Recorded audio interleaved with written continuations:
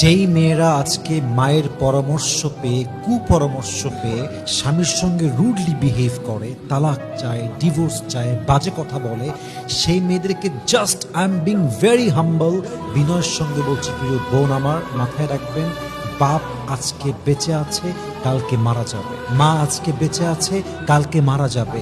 আপনি একজন নারী হিসেবে আপনার আসল বাড়ি বাপের বাড়ি নয়, আপনার আসল বাড়ি মায়ের বাড়ি নয়, আপনার আসল বাড়ি ভাইয়ের বাড়ি নয়। একজন নারীর আসল বাড়ি, প্রথম বাড়ি এবং শেষ বাড়ি স্বামীর বাড়ি, যুবক ভাইরা, ঠিক কিনা বলেন? That is your real place. এটা আপনার আসল জায়গা। সারা জীবন স্বামীকে নিয়ে বাঁচতে হবে।